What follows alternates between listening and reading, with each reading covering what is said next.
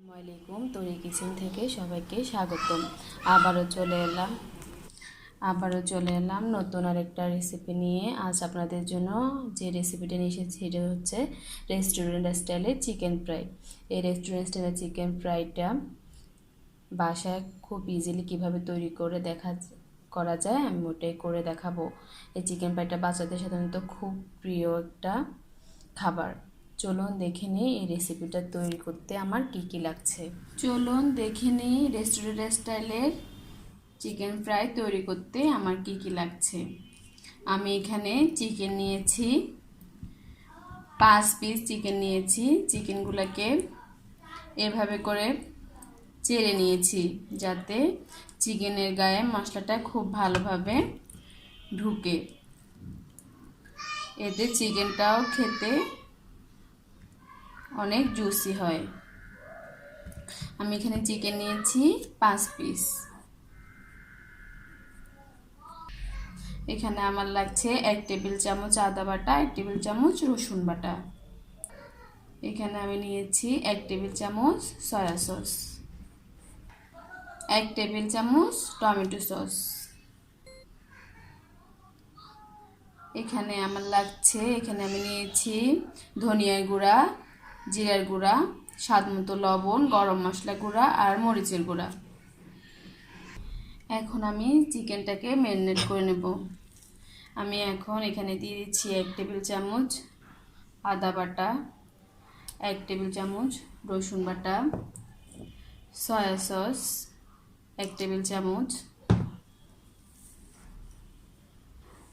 Tomato sauce 1 table চামচ।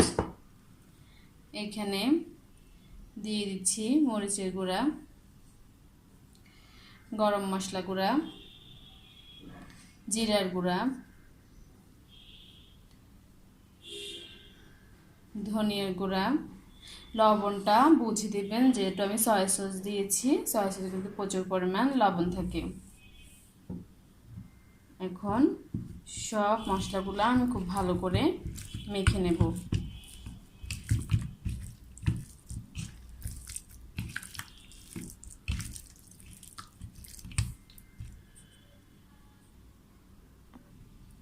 আমি চিকেনগুলা মশলার সাথে খুব ভালো করে মেখে নিয়েছি। এখন আমি এটা 2 ঘন্টার জন্য ম্যারিনেট করে রেখে দেব। আর আপনাদের হাতে যদি সময় কম থাকে সেক্ষেত্রে আপনারা আধা ঘন্টাও রাখতে পারেন। আমি এখন এটা 2 ঘন্টার জন্য রেখে দেব। চিকেনটা 2 ঘন্টা ম্যারিনেট করা হয়ে গিয়েছে। এখন আমি এটা নামিয়ে নিয়েছি। এখন এটার সাথে আমি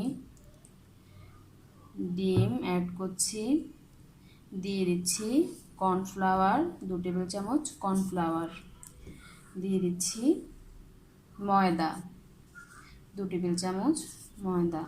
এখন এটা খুব ভালো করে আবার মেখে নেব।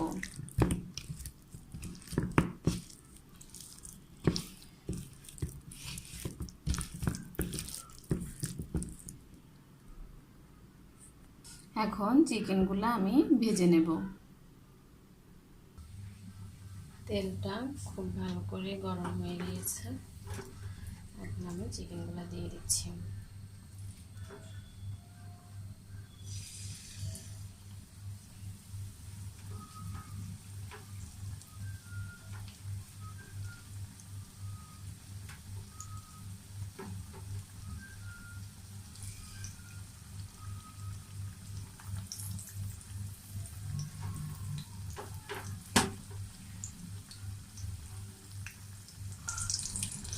আমি এখন উল্টিয়ে দিচ্ছি, এক পাশ হয়ে গিয়েছে।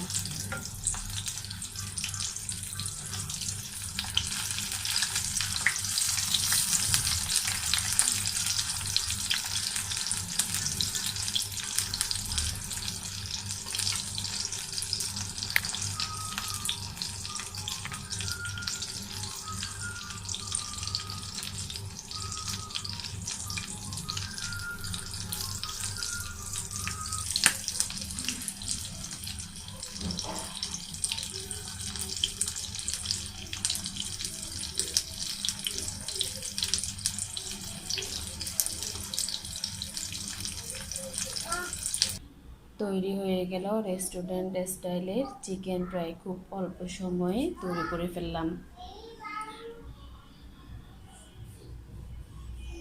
আর আমার এই রেসিপিটা যদি ভালো লাগে প্লিজ আমার চ্যানেলটি সাবস্ক্রাইব করে দেবেন, লাইক কমেন্ট শেয়ার করবেন। ধন্যবাদ।